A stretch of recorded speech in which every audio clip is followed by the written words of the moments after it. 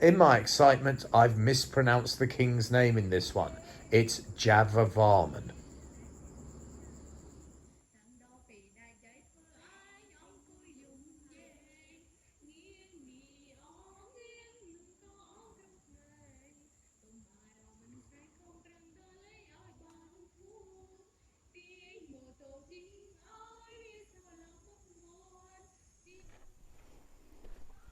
Hello and welcome again to Forgotten Temples with myself, Mr. B.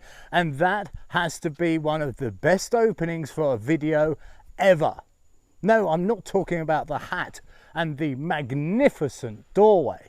No, I'm talking about the singing. I hope it came through because there were some young ladies over there who live near these temples and they were singing a traditional song. And what we must remember about that is this is what we would have heard all those centuries ago, because oral history doesn't change much.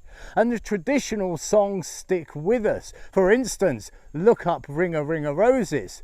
That goes back to the days of the Black Death. And when you're at a complex such as this, set in the jungle, then it makes it all so much more real that you are walking in the dusty footprints of the ancients. For we are here at Ko-Kur. And this once was an ancient capital for the King Javiman IV, but now it is deserted. There is nobody here. I've been here all day and I've seen a couple of locals. It really is a magnificent sight to be able to walk through this jungle environment and meet temple after temple. And this one is an absolute cracker. And we do know something about it. And that is, it was dedicated to Shiva.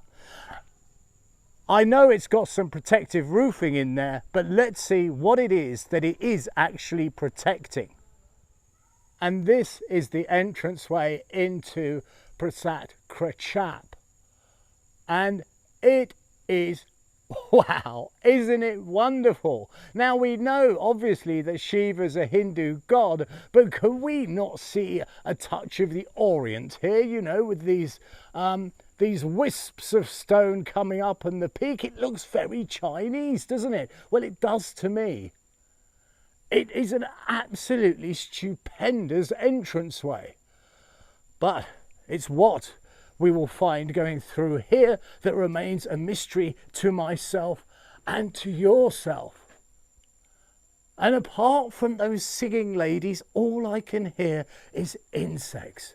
I mean, this is what drives me on. This is what makes this passion of mine so absolutely wonderful. But it's what lays beneath the modern roof that interests us. One will always know that coming here, you're not going to see incredible statues. But believe me, they were here. They were all looted, because this place is so out the way. Those nasty people, you know, with their portable diesel motors could easily go about their work without being disturbed, because it is a touch remote. Now we head in and the whole mood changes, doesn't it? Good gosh, wow. This is amazing. We have a couple of plinths that have been left here. I believe this could be a yoni.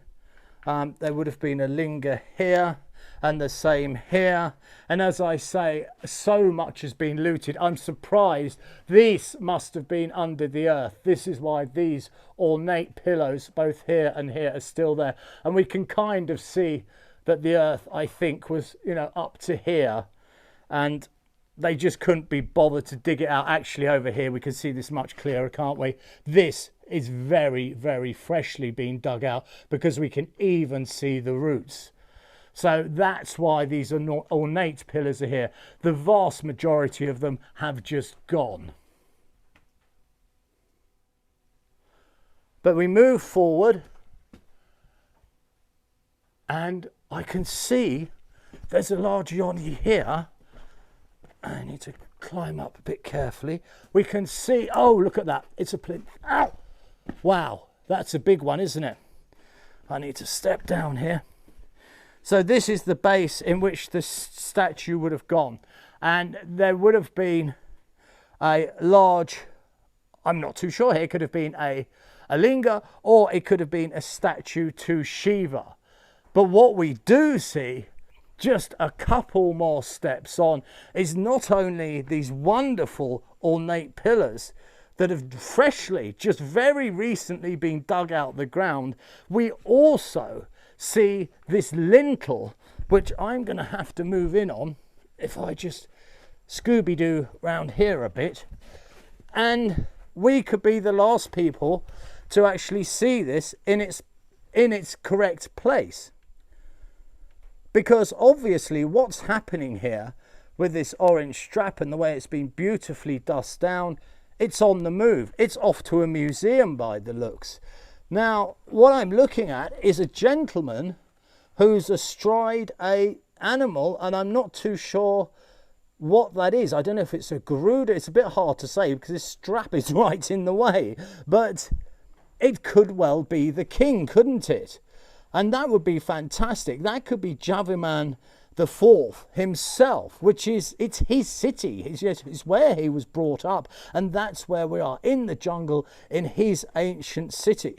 So what an absolute treat to get to see this up close and personal, where it actually should be. This is its home before it gets shipped off to some museum somewhere.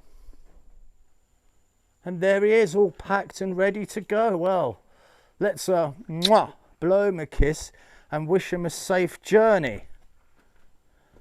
And we can actually, oh look, you see, there's wow, you see, we're seeing so much more. I mean, in a museum, you'll only get to see one side. More than likely here, we get to see both. And isn't it beautifully detailed? Because this definitely, obviously, went above a doorway, and I think I can show you where that doorway is. It's just over my left shoulder. So this is either off to be repaired, or more likely, I think it's off to a museum because of that image on the front there.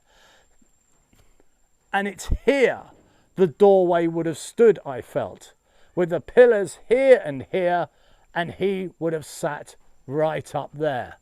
That king or priest, I'm not too sure who he is, would have welcomed you in to the Holy of Holies, the Sanctorum. And it's only for us to make the final few steps. And isn't this a lovely big room? Wow, look at this. That's incredible, isn't it? I love these temples. It's a bit like down at Battambang Bong. They're so much bigger than the Angkor ones, you know, in Siem Reap. They're just a bit more substantial with their size, a lot more spacious. And yet again, right in front of us is jungle and nothing but jungle. And as always, I remind you, once here there was a mighty ancient city, but it has fallen to the dusts of time. And as we close this video up, the young ladies just over my shoulder are still singing away. And isn't that lovely? The jungle echoes to the sound of birds, insects, and a happy voice. But we can also see a voice, because this is the ancient inscriptions, I believe, that tell that this temple is dedicated to Shiva. I say that because they're the only inscriptions I found. And what I noticed with these, and I'm not touching, is they are much wider. So each is given this much space. It's much wider than those at the Angkor complex, which are very tiny, very detailed, like, you know, the terms and conditions when you buy something electronic. But these are so much bolder and clearer. So their message was simple. You're welcome, but, you know, this isn't your house. It's that of the Lord Shiva. As always, this has been Mr. B of Forgotten Temples. Please like, subscribe and comment. And if you could drop a few coins into my Patreon account to help me build this library, I would be truly grateful. That's patreon.com/temples. Until next time, it only remains for me to say, I wish you absolutely nothing but the very best. You take good care now.